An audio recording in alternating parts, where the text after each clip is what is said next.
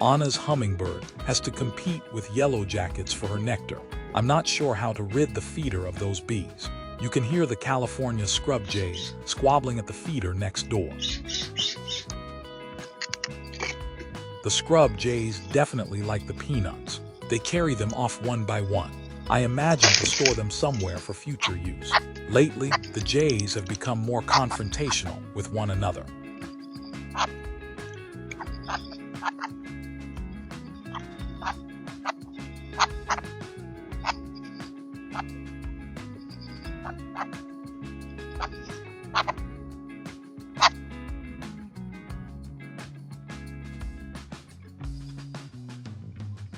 This dark-eyed junco is making a repeat appearance at the feeder today.